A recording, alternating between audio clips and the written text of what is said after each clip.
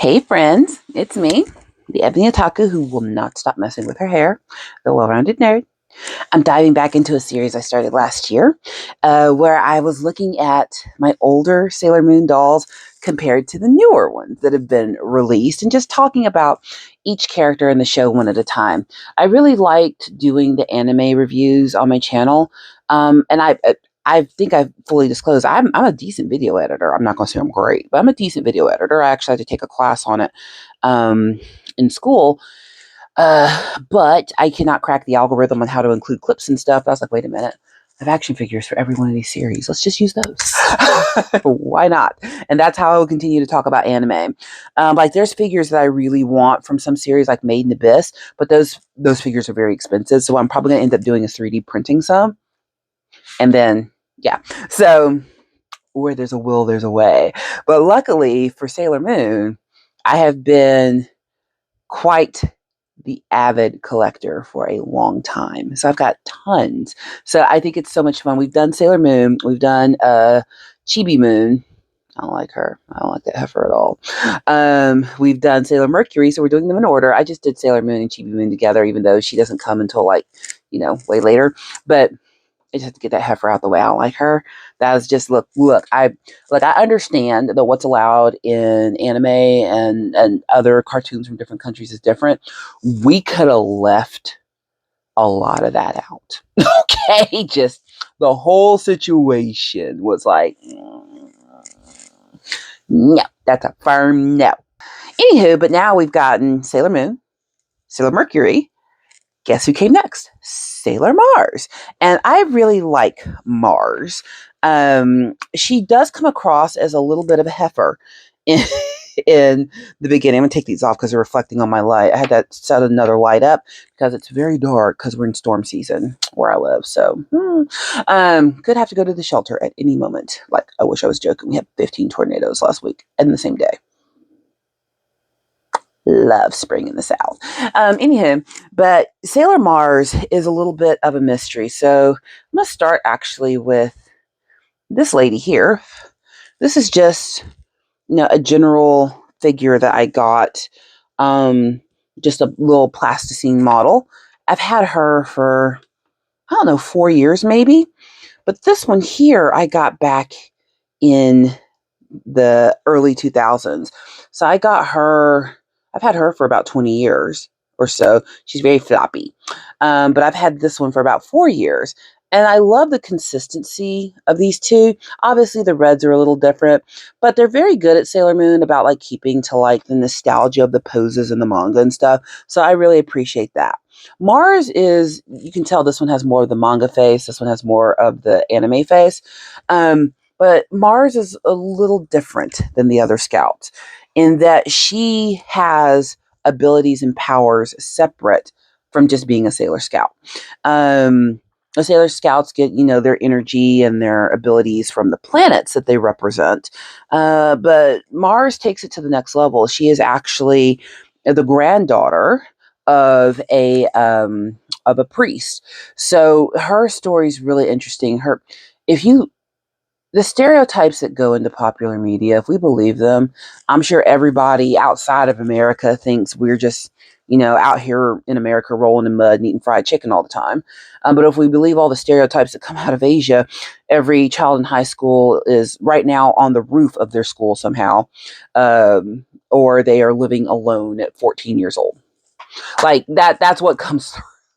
And Mars is one of those. There's two scouts that kind of fit this trope. Sailor Mars is the daughter of a very wealthy man, and he's always traveling, and he leaves her with her grandfather, who is a Shinto priest. He runs a shrine, and her mundane name is Ray, which that was one of the easier ones. Ray and Ami, when they did the English translation, was a little easier than the others because Ami was AMI and they just changed it to Amy. And then Ray was REI, they just changed it to RAY, which I don't think they should have had to change that at all, but whatever. But Ray is a little bit of a mystery. So her father leaves her with her eccentric grandfather who runs a Shinto shrine. And if you don't know what Shinto is, it is the predominant religion in Japan. It literally translates into the way of God. Which I'll be honest, Shinto appeals to my inner snob because it's a very pinky up religion. Um, very much a big part of Japanese history. Japan tends to be one of the least religious countries on the planet, even with their own religion.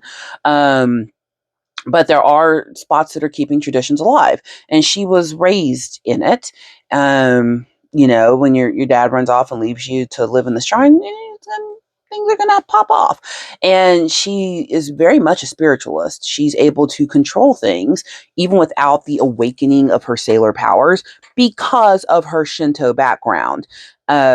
She can use talismans and cast out spirits. She can do a little bit of fortune telling, and she got these two crows named Phobos and Deimos, which are the moons that are around Mars, if you didn't know that, that are basically her guardians, friends, and whatnot. In the original anime, they did not really feature them. They did feature in the manga, and in the reboot, they featured them. So I was glad to see that they went more manga route than the original anime route in the reboot. That really, yeah. Instead of reboot, we should call them refreshes. Because that's what they're doing. They're refreshing the property. So I was really happy to see that they included those. So she had things going on. You can almost liken Phobos and Deimos to Artemis um, Luna and Diana. They are her guardian spirits that go with her everywhere. But she doesn't know she's Sailor Mars. She just knows that she got these crows that.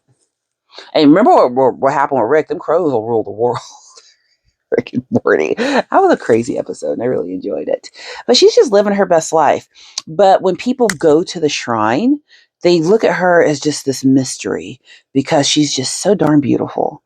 Like she is the quintessential standard of a Japanese beauty. Pale skin, very long, luscious, blackety black and black hair.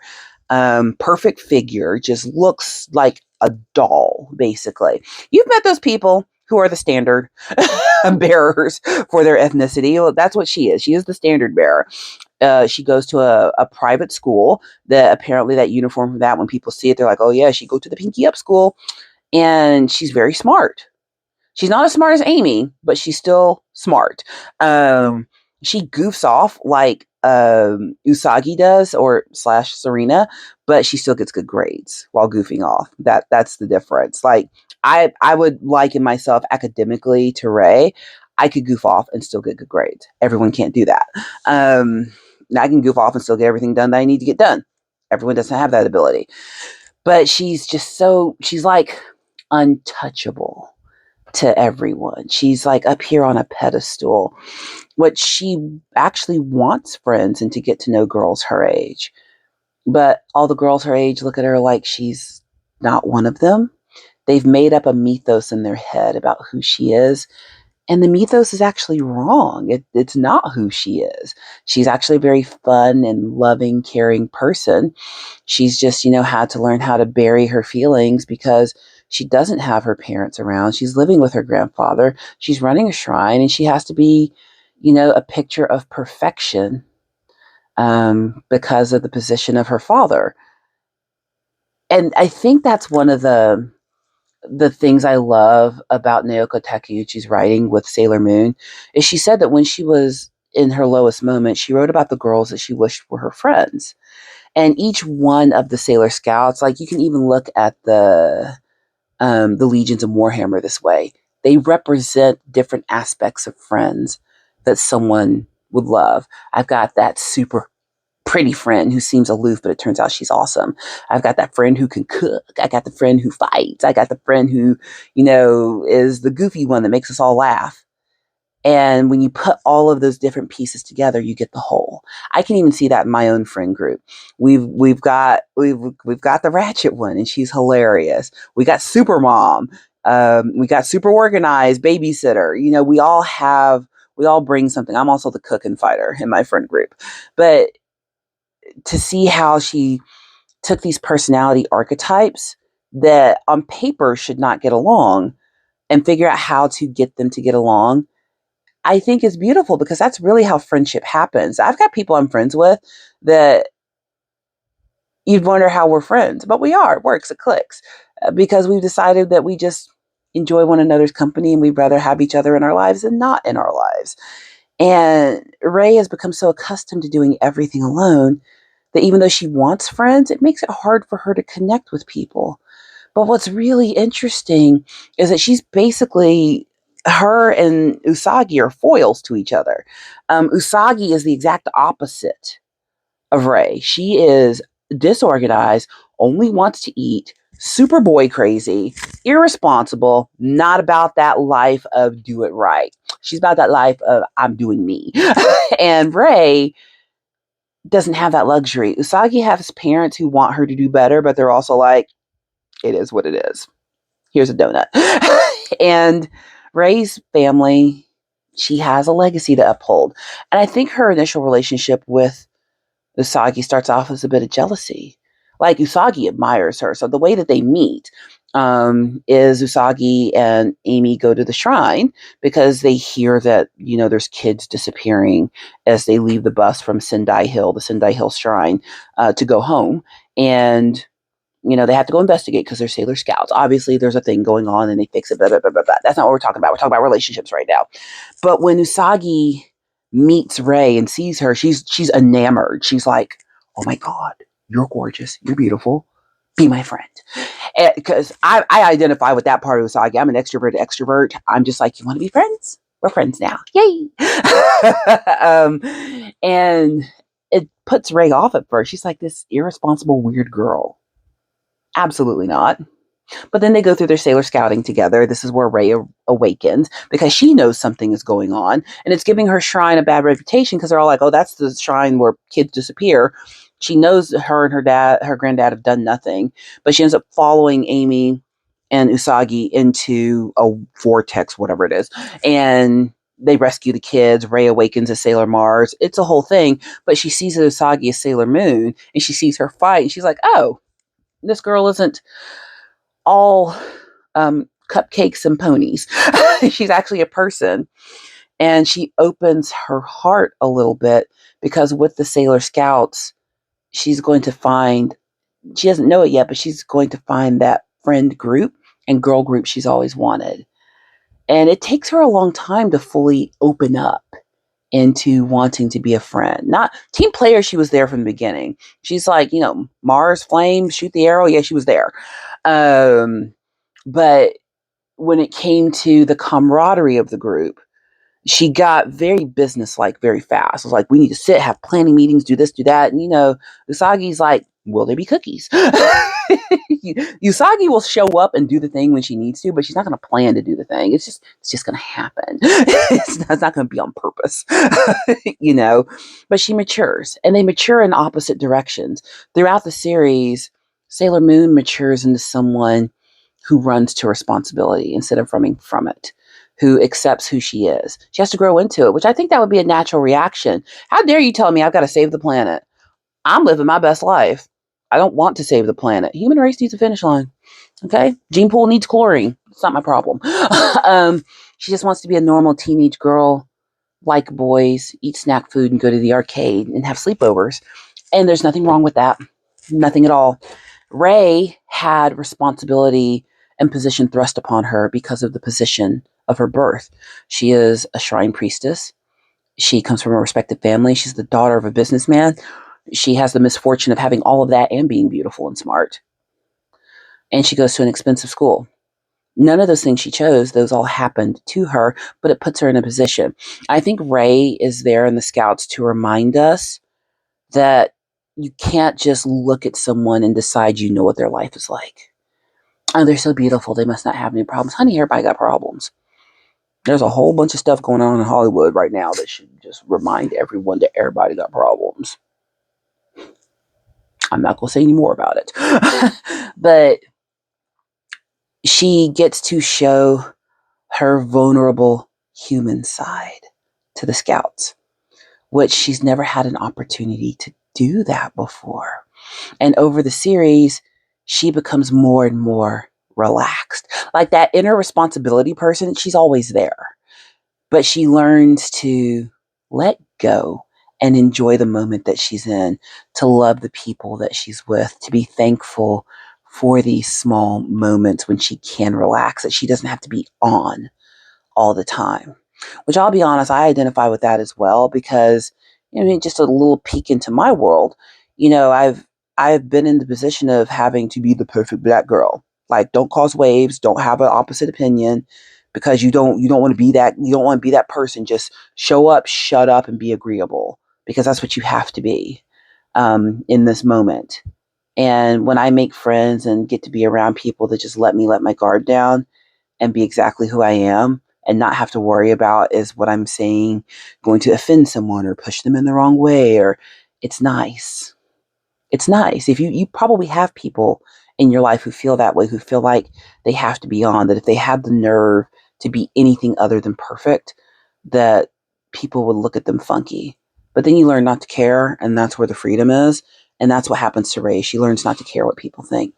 She learns to care about herself and her friends. She finds something bigger than herself that matters more than, am I doing every little bitty thing right in my life? She goes to, I love these people and I want the best for them. And I want to enjoy this life that I had. Because remember, all the Sailor Scouts are reincarnations. They're not in their original bodies. They're not their original selves.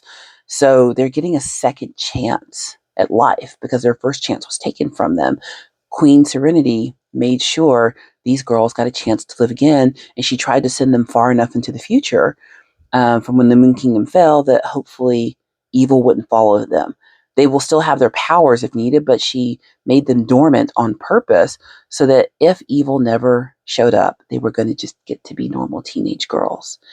And in the manga, she tries to show how some of the girls, when they lose their memories after the fight with Queen Beryl, that they actually still connect and become friends somehow. Like, they're still drawn to each other. So they basically get a reset anytime catastrophe happens. They get to just go back to being normal girls until time of responsibility really comes. And that's when the Neo Moon Kingdom gets established. I have done way too much Sailor Mooning in my life. But yeah, Ray is that character that should remind us, let people be people. Even the people who just have it all together, they need their time to just let it out, to let the mask drop, to just be themselves. And that's why I've chosen, as I've gotten older, there aren't versions of me. I'm just me all the time, because that's way easier than trying to make up a new personality for every situation. It's exhausting to do that. But when it comes to the figures, let's go through. So remember, there's a series of figures that some look better than others. This one's from Bandai, and it's a 6-inch Sailor Mars. So I have the complete 6-inch set of these. And again, I got these a long, long time ago. I was a teenager when I got them. I got the whole set on eBay. I think I paid like $80 for all of them, for like 10 dolls. Can't do that now. They cost way more than that today. I haven't decided if these are ever going to come out of the box. Boxes take up space, but Sailor Moon is one of those properties where if you've got them perfect in the box, that they do retain and accrue values. I don't know. But look at that ugly face. Bandai, I don't know what you were doing, but this wasn't it. But at the same time, of course, the Irwin dolls were out, which I've got a complete set of these as well. So the Irwin dolls are a little more action figure-esque, but they're the 11-inch dolls, 10.5-inch. Look at this face. Now look at this face. These are the same character? Absolutely not. They kind of have the Barbie thing going on, where really they're just changing their hair and eye color with every single doll, which is fine. Doll production is expensive, but again, this is an 11-inch in the box, never been opened. Yeah, I bought this when I was 16 and didn't open it. But I've always been that way. I was that way as a kid with certain stuff. So that's why I've got stuff from when I was 10 that's never been opened. When I say I've been collecting for 30 years, I'm not being hyperbolic. A lot of what you see is because I started collecting seriously when I was itsy bitsy. The one that goes with it would be this girl right here. This is one that still has the KB Toy Store tag on it. Look at that. You'll see that price? She was $7.99. Oh my God, inflation is real. But okay, so her original price was $12.99. That was her retail price. I got her and the rest of these on sale for $8 a piece. All the tall ones, $8 each.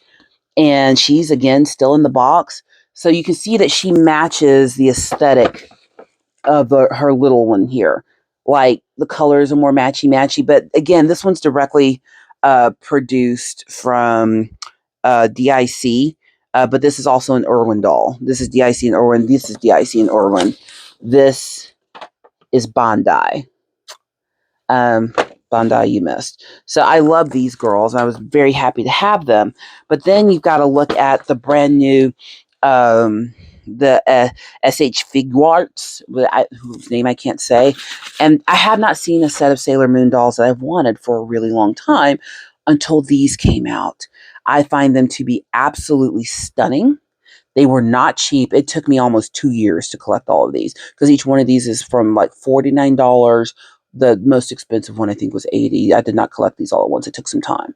But they are just absolutely exquisite and beautiful.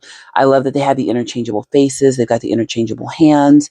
Um, I would say closer to this style of doll. You know, the scale is about the same, but this is not a posable figure. This is a little statue. This is a fully articulated figure.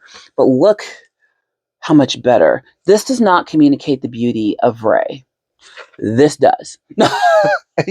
You know, so it's kind of great. And look at, she even has like her talisman. That's an accessory that's in the box. So you can do all these little poses with her. I think I like her best, not when she's using her Mars powers, but when she's doing like a spell, like a real spell. Like, I like that version of her the most. Like, get it, girl. Uh, but I'm super happy to have so many versions of a property I love. If you're new to my channel, the properties I collect the most of are Sailor Moon and Transformers. These are by far the properties that I love the most, that have the most nostalgia to me. And I'm not someone who's anti-reboot at all. If you've got something new to say in the world, you've got a different way to present the story, I'm all for it because it keeps it alive. You know, art is a direct reflection of the environment in which it's created.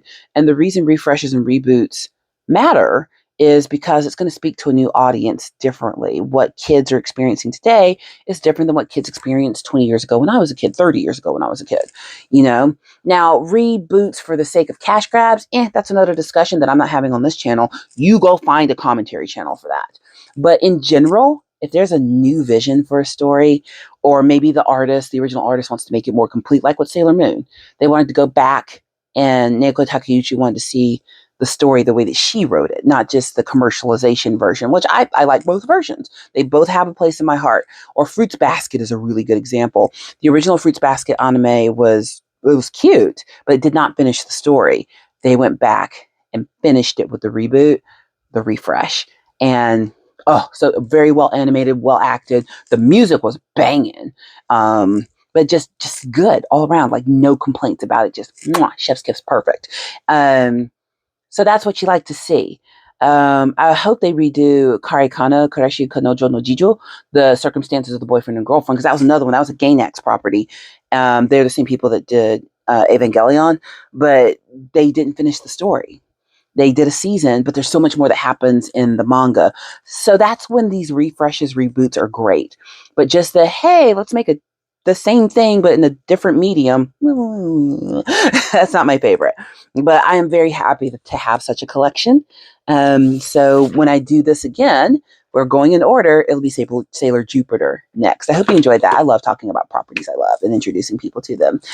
Please like, comment, and subscribe, and I'll see you in the next one.